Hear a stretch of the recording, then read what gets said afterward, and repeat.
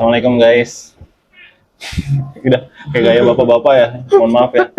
Tapi oke lah nggak apa-apa. Ya, siang hari ini kita kembali lagi di channel apa namanya? Saung Art Studio. Seperti itu.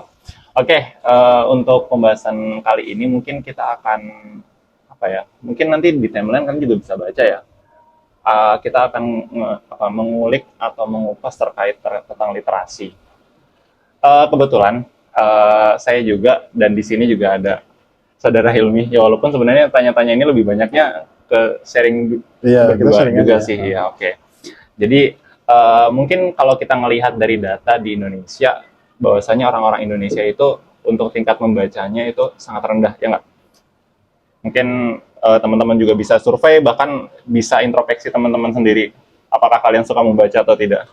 Seperti itu kan. Nah, kemarin saya juga sempat ikut pelatihan terkait penulisan jurnalistik seperti itu. Dan di situ pemateri juga memaparkan kalau misalnya tingkat literasi Indonesia itu minim. Bahkan anak-anak Gen Z ya, kita ngomongnya sekarang. Anak-anak Gen Z sekarang tuh lebih dominannya ya scroll, ya apalagi. Ya pokoknya yang berbau TikTok, konten, Instagram, Reels, dan sebagainya. Seperti itu yang mereka giat sekarang. Tapi kalau misalnya ditanyakan tentang terkait suruh baca, melek apa keadaan yang sekarang terjadi, itu mereka kan seperti itu yang kejadian sekarang. Ya, kita sebenarnya kemampuan literasi itu yang perlu kita antisipasi, apalagi untuk generasi selanjutnya. Kita termasuk Gen Z, cuman kita alhamdulillahnya masih tersadarkan, masih mengetahui bahwasanya ini adalah kebutuhan kita untuk melek literasi itu ke depannya. Betul. Nah, buat saudara Hilmi, ngomongnya apa sih? Hilmi aja. Bro.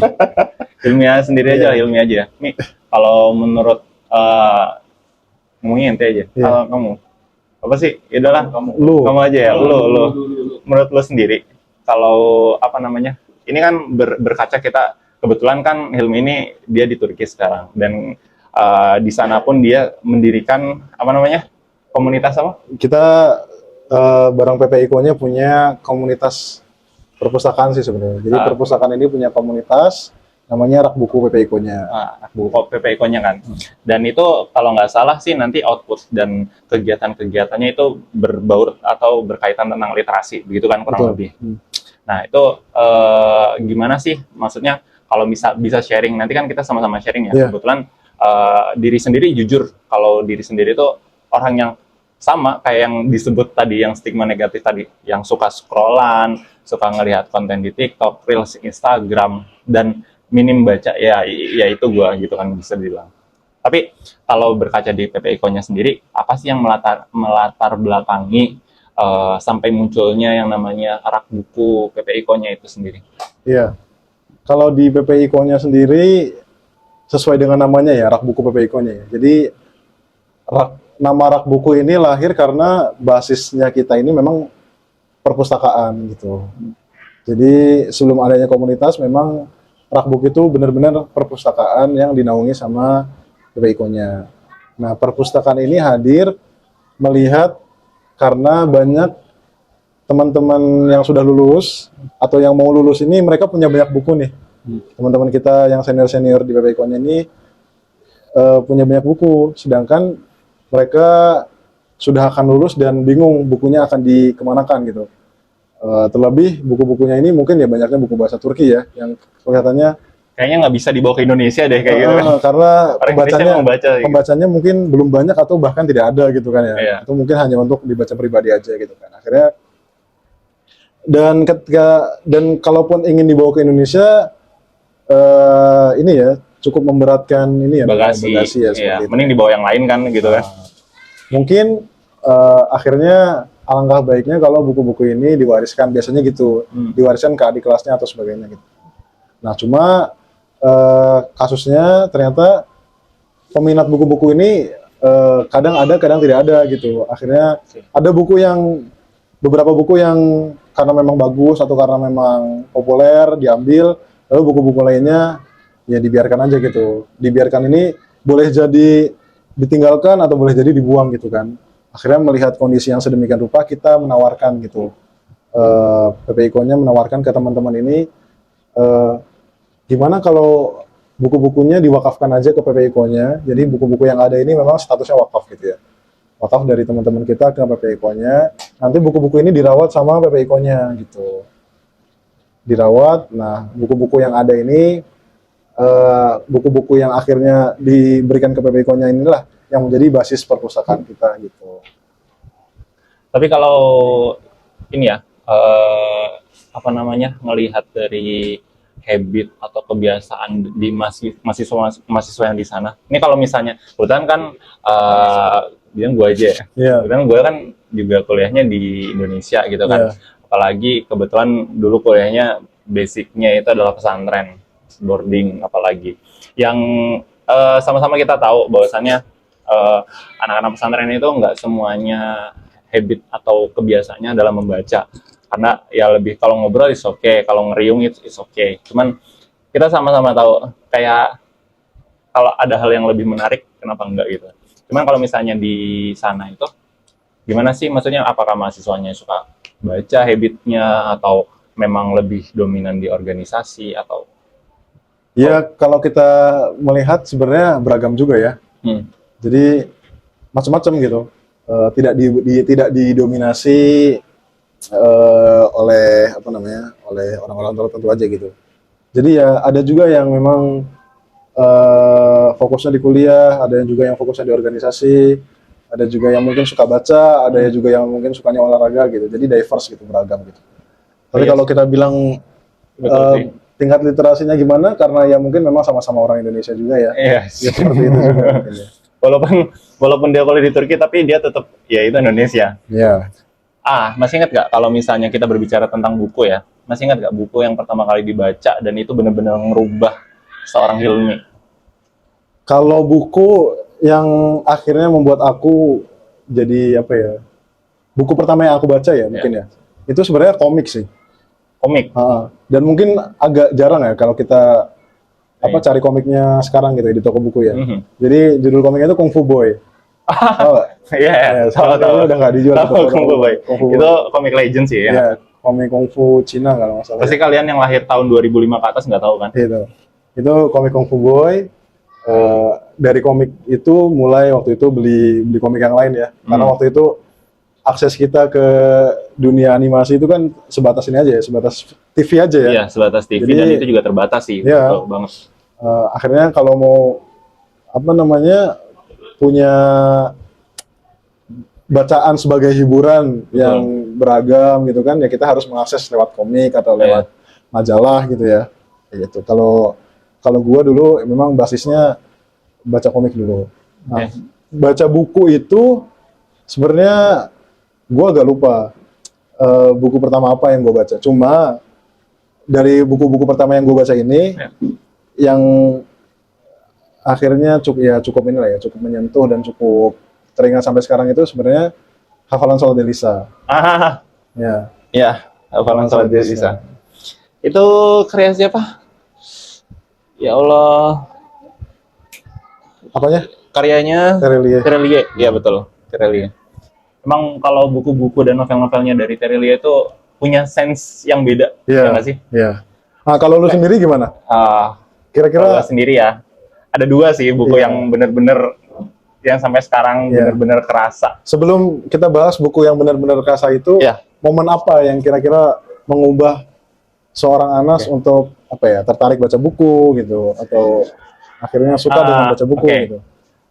Kalau momen apa yang buat gue sendiri ngeras mulai mengarah ke arah baca buku itu ya, itu sebenarnya sama juga keterikatan atau berangkatnya dari konten yang dari kebiasaan tadi loh, Reels dan video TikTok itu. Jadi waktu sempat scroll itu ada konten yang FYP lewat ke ke TikTok kalau nggak salah waktu itu terkait kutipan-kutipan yang ada di buku. Nah kebetulan buku yang dikutip di situ itu terkait habit atau kebiasaan, cara membangun habit dan sebagainya. Kalau teman-teman tahu, nama bukunya adalah Atomic Habits. Betul, Atomic Habits. Atomic Habits itu benar-benar buku yang benar-benar sangat luar biasa. Walaupun bukunya itu setebel Kamus Munjid kalau nggak salah. Enggak sih, segini lah. Kamus John Ecole lah. John Ecole, kalau tahu bahasa Inggris itu kan. Itu segini kalau nggak salah bukunya. Tapi isinya bener-bener daging semua, serius. Kalau teman-teman baca buku itu teman-teman juga bisa ngerasain feel, oh ternyata habit yang sebenarnya harus dilakuin itu seperti ini loh. Ya. Habit yang bisa kita lakukan untuk menjadi lebih positif itu seperti ini loh. Ada satu kutipan, kalau nggak salah sih yang lewat dulu, yang membuat akhirnya membeli buku Atomic Habit itu kan karena tadi sempat diomongin ya, itu terkait konten FYP yang lewat di HP, di TikTok itu. Kalau nggak salah kontennya itu berisi kayak gini. Saya melihat seorang yang memukul batu, tahu kan itunya? Saya melihat seseorang yang memukul batu ini loh, granit atau batu apa sih? Yang gede banget batunya itu. Ya mungkin granit. Oke. Nah, itu dengan hanya sebatas palu. Tapi yang menjadikan batu terbelah itu bukan dari ketokan pertama, tapi ketokan setelah kedua, ketiga, bahkan ketokan 100, lebih dari 100 itu yang membuat batu itu terbelah. Yeah. Intinya kurang lebih ya habit sedikit-sedikit atau konsistensi dari habit yang kecil sedikit-sedikit ini yang merubah, yang bisa menjadikan kita lebih baik lagi yang akan di masa yang akan datang. Dari hal sederhana, ya bangun tidur, dari bangun tidur jadi lebih baik lagi. Itu menjadikan kita pribadi yang better lah untuk kedepannya. Yang satu lagi, kita kan buku yang pertama yang benar-benar berkesan lah. Akhirnya memutuskan untuk kayaknya bisa nih, walaupun awal-awalnya mungkin terpaksa ya baca buku itu, ya nggak sih? Kalau misalnya kita nggak ada keinginan untuk membaca itu benar-benar berat. Oke, sebelumnya kata dia yang buku kedua. Untuk yang buku kedua itu adalah, mungkin teman-teman juga tahu, itu ada di Filosofi Teras. Filosofi Teras. Filosofi Teras, tahu teman-teman. Jadi Filosofi Teras itu adalah filsafat stoik. Stoisme. Nah, itu filsafat yang dibawa Yunani. Kalau misalnya kita membicarakan filsafat, mungkin teman-teman juga ngerasanya berat nih, pemikiran berat ya nggak sih? Kayak udah ngomong filsafat, apalagi kalau teman-teman tahu terkait filsafat yang di Indonesia. Kalau nggak berbicara Rocky Gerung deh. Siapa yang paham ucapan-ucapan Rocky Gerung? Dia kan dosen filsafat. Kadang buat orang yang biasa, yang awam, yang itu nggak masuk akal. Apa sih maksudnya? Kok ngomong dikit-dikit ngomong bunga lah dan sebagainya. Okay. Tapi ternyata kalau kita dalemin pola pikirnya lagi, ternyata seperti itu. Nah, itu berangkatnya dari filsafat. Mungkin kalau misalnya kita berbicara tentang konteksnya filsafat, itu akan berat banget, ya nggak sih? Nah, tapi di buku Filsafat Teras ini, bukan filsafatnya. Filosofi Teras ini itu dikemas dengan bahasa, dengan contoh yang ringan, yang sederhana. Jadi kita buat orang-orang yang susah buat baca, yang susah untuk mikir, itu ngalir. Nah, di situ enaknya buku-buku itu. Di situ dapat daging yang inti core dari buku itu tersebut, tapi dikemasnya sama bahasa yang ringan. Ya. Nah, kalau boleh tahu nih, filsafat stoik ini filsafat apa sih? Minum dulu ya. Itu berangkatnya sih dari filsafat Yunani. Iya. Jadi ini berhubung bukunya udah lama dibaca ya, ini mungkin sebatas ini belum reread lagi, belum baca lagi. Tapi kurang lebih munculnya filsafat teras ini adalah dari seseorang yang dia tuh sedang dalam perjalanan menuju suatu tempat. Akhirnya dia terdampar. Kalau nggak salah zaman dulu itu menggunakan kapal ya. Yeah. Tapi kapalnya terdampar kayak gitu. Akhirnya dia berlabuh di sebuah pulau. Pulau itu belum dikenal sama banyak orang. Tapi di sana penduduk-penduduknya itu terkenal damai. Dan sebagainya. Pokoknya vibe positif ada di orang-orang yang ada di situ. Akhirnya dia mencari tahu kok orang-orang di sini seperti itu ya, apa yang melatar belakangnya orang-orang di situ akhirnya bisa survive positif ini gitu loh. Yeah. Nah, akhirnya di sana dia belajar sama seseorang yang disebut guru, yang dia bilang guru itu. Nah, belajarnya kebetulan itu di teras. Oh gitu. Nah, di teras. Jadi orang-orang di sana itu belajarnya waktu itu ya, itu belajarnya di teras. Dan topik bahasanya itu adalah terkait filsafat. Ya kan, filsafat itu kan apa ya, belajar ini ya, apa sih kurang lebih filsafat itu, pola pikir ya, pola pikir, betul, sufi lah kalau misalnya bahasa hadis, seperti itu. Jadi awal mula filosofi teras itu ada di situ, dan yang diajarin di filosofi teras itu sendiri lebih ke arah gaya apa ya, gaya hidup sederhana. Ada satu part di buku itu yang tak suka, itu di part dimana kalau misalnya kita refleksikan dengan agama, segala sesuatu yang terjadi di dunia ini itu adalah karena kun fayakunnya Allah, gitu kan? Iya. Karena ya itu qadarullah. Kita bisa duduk di sini, kita bisa makan di sini, kita bisa ngobrol saat ini, itu juga itu karena qadarullah. Karena ya Allah menetapkan takdir itu ada di sini gitu. Cuman kalau misalnya di bahasa filsafat, filosofi teras itu, yang namanya yang namanya hidup itu kebetulan itu nggak ada. Betul. Ya kan, kebetulan itu nggak ada, tapi yang ada adalah pertemuan apa namanya, ya pertemuan kecil. Jadi jujur lupa secara ininya, narasi di bukunya itu seperti apa, tapi kurang lebih setiap kejadian-kejadian itu memiliki kesinambungan satu sama lain. Iya, betul. Ya kan, saya datang ke sini sebelumnya dari KRL dari sebelum KRL di kampus.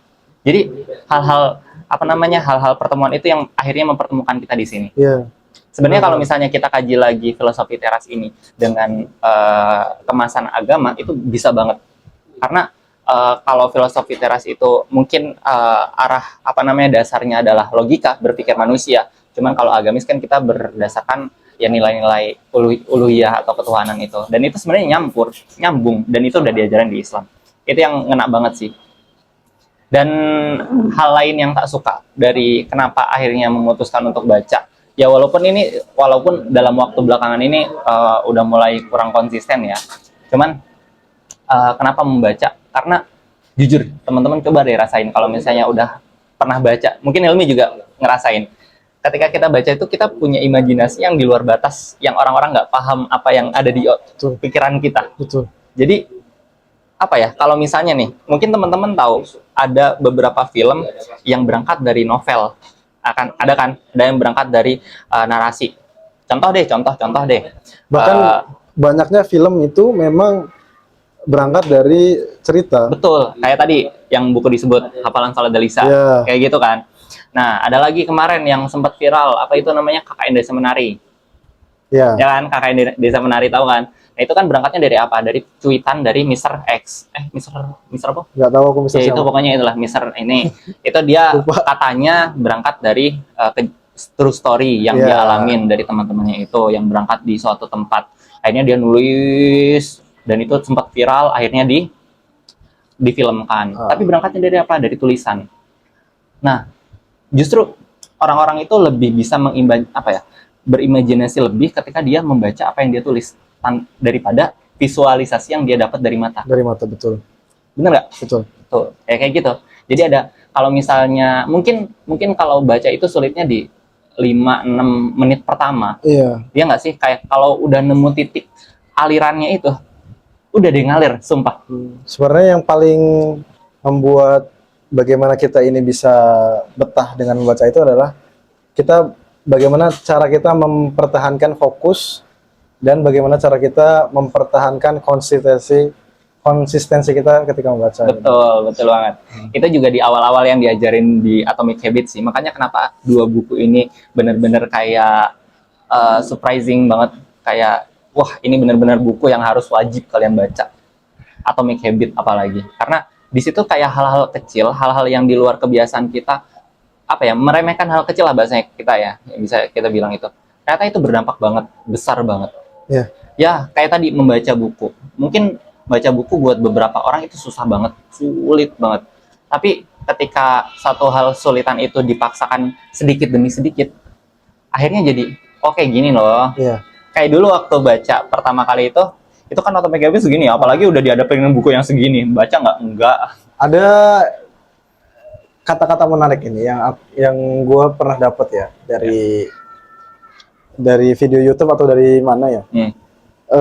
Gini, banyak dari kita itu hanya diajari bagaimana cara belajar membaca, tapi Ya. tidak diajari bagaimana untuk suka membaca gitu. Nice. Bisa membaca dengan minat atau suka membaca itu dua hal yang berbeda gitu. Akhirnya anak-anak kita atau mungkin kita sendiri ya, ketika kita sudah bisa ketika kita sudah belajar membaca, ya sudah membaca kita cukupkan dengan sebatas bisa. Iya. Tapi tidak kita naikkan levelnya kepada Minat. how to eh, suka membaca Iya. ya kan, atau bagaimana kita membangun minat How kepada to be membaca. love it. Ya. Ya kayak gitu. Ya. Ya, betul banget sih. Jujur kita akuin itu. Dan itu yang salah satu hal yang tak dapat di Atomic Habit itu. Jujur awal-awal itu ketika mulai baca, kayak jujur ya, waktu awal ini berangkat dari pagi hari deh, pagi hari. Pagi hari itu jujur kebiasaan itu lebih ke arah malas, kayak buka scroll dan sebagainya. Itu kan sebenarnya kebiasaan yang kategorinya tidak memberikan manfaat ya, apalagi diawali di pagi hari. Ya. Cuman dari buku itu akhirnya coba deh 2 halaman, 3 halaman untuk memaksakan awalnya itu 2-3 halaman. Itu konsistensi dalam sebulan, dan alhamdulillah dalam buku yang setebel ini dengan orang yang minat bacanya rendah seperti ini gitu kan, itu selesai. Jadi dari 2 halaman 3 halaman itu udah ketemu polanya, udah ketemu alur ceritanya, udah ketemu imajinasinya, dan finally bisa sampai 15 sampai 20 sekali baca itu. Dan awalnya itu dari 2-3 halaman yang dipaksakan. Akhirnya dari 2-3 halaman itu ketemu imajinasinya, oh kayak gini toh maksudnya, oh seperti ini toh, oh kayak gini yang dimaksud itu loh. Inti core-nya. Seperti itu. Apalagi bahasanya sih yang tidak complicated, yang akhirnya jadikan 20 halaman yang berkelanjutan seperti itu. Yes. Sangat-sangat menarik ya. Iya, betul. Terakhir deh, ini mungkin kita di segmen terakhir deh. Ada nggak sih pesan-pesan dari Hilmi sendiri buat teman-teman? Pesan terkait apa nih? Kayak ya untuk motivasi mungkin, atau teman-teman untuk bisa meningkatkan literasinya. Wah, gimana ya? Ya kan ini sebagai founder dari rak buku PPI-Konya itu kan. Iya, sebenarnya Mungkin bukan founder juga sih. Iya sih, bener sih. Mungkin apa ya? Kalau pesan sendiri di di zaman kita yang memang sudah terlalu sering dan terlalu banyak ya, mungkin kita dicekoki dengan gadget, dengan teknologi yang dengan gadget ini atau dengan teknologi ini biasanya ini membuat kita bias terhadap fokus kita gitu. Jadi salah satu kenapa kita banyak kehilangan fokus ya, entah di banyak hal itu, salah satunya karena kita sering terdistraksi, mulanya itu dari memang gawai-gawai yang kita pakai itu. Membaca itu seharusnya bisa menjadi alternatif bagaimana kita melepas diri kita dari keterikatan kita kepada ponsel kita, kepada ya teknologi-teknologi yang menjadi distraksi kita gitu. Kira-kira seperti itu. Jadi kita di dunia yang serba cepat ini ya, entah digitalisasinya yang memang sudah cepat, entah teknologi yang sudah maju, entah dunia yang mungkin yang memang sudah terlalu modern, kadang kita itu lupa how to live at the moment gitu. Iya. Living at the moment itu yang kadang orang tidak rasakan gitu. Karena kadang dia rush banget. Once dia punya waktu senggang itu, kadang dia tidak merasakan kesenggangan itu, tidak bisa menikmatinya gitu kan. Yeah. Atau bahkan dengan temannya sendiri aja dia tidak bisa menikmati hubungan dekatnya dengan temannya gitu kan. Nah, ini salah satu bias-bias fokus yang diciptakan oleh gawai-gawai tadi itu ya. Ya salah satu alternatifnya yang mungkin bisa kita terapkan untuk menjadi obat kita ya. Ketika kita sudah kecanduan dengan hal seperti ini ya salah satunya mungkin membaca gitu ya. Betul. Setuju. Kadang buku itu jadi alternatif yang bagus dan positif bahkan buat teman-teman memalingkan gadget atau HP. Kan kalau misalnya kita berbicara waktu kosong deh, maksudnya ketika waktu kosong itu ada, pasti yang hal dipikirkan pertama adalah gadget atau HP atau laptop dan sebagainya. Yang pertama dibuka apa? Aplikasi. Yang berkaitan tentang apa? Video pendek, YouTube, seperti itu. Iya. Kalau misalnya kita buka komputer atau laptop, pasti yang fokus pertama dibuka adalah YouTube. Bener nggak? Iya. Kalau misalnya kita lihat atau buka gadget, pasti yang di awal dibuka, kalau misalnya waktu senggang ya kita berbicaranya. Pasti TikTok, kalau nggak Instagram, lihat scroll update berita seperti apa. Ya seperti itu perkembangannya. Cuman kita juga harus ketahui bahwasannya secara berlebihan mengonsumsi apa yang ada di media sekarang itu juga nggak baik. Maka kembalikan fitrah kita sebagaimana ini baca ayat nggak apa-apa ya? Iya, boleh banget. Why not gitu kan? Iya sih nggak apa-apa sih. Maksudnya bahkan Allah pun menurunkan ayat yang pertama kali itu surat Al-Alaq. Bacalah, Iya. ya kan? Bacalah. Bahkannya suruh baca yang pertama kali. Kadang tapi kita melupa bahwasannya Allah tuh pertama kali menurunkan ayat Al-Quran pun suruh baca. Iya. Ya nggak sih? Ya, Betul. bahkan kita melupakan habit itu, melupakan kebiasaan-kebiasaan yang Allah suruh perintahkan ke kita. Seperti itu. Jadi buat teman-teman ya sebisa mungkin kalaupun berat di awalnya nggak usah muluk-muluk untuk membaca buku-buku yang sifatnya berat dan sebagainya, enggak. Cukup dengan ya komik. Tadi kan Hilmi juga awalnya dengan membaca komik dulu. Akhirnya bisa sampai membuat komunitas rak buku PPI Konya. Iya. Seperti itu. Pokoknya kedepannya ya saya juga termasuk orang yang seperti itu, susah banget baca. Apalagi sekarang beberapa waktu ini mulai kendor nih semangat untuk membacanya. Tapi kalau misalnya coba direnungkan lagi, ditekunin lagi, insya Allah bisa. Oke, mungkin itu aja dari segmen kali ini. Thank you semuanya. Thank you semuanya. Have a Thank nice you, Bung Anas. watching. Ya sama-sama Atas Kang Hilmi. kesempatannya, sharingnya. Ya terima kasih juga yang punya channel YouTube ini. Gak tahu siapa. Udah. Assalamualaikum warahmatullahi wabarakatuh. See you.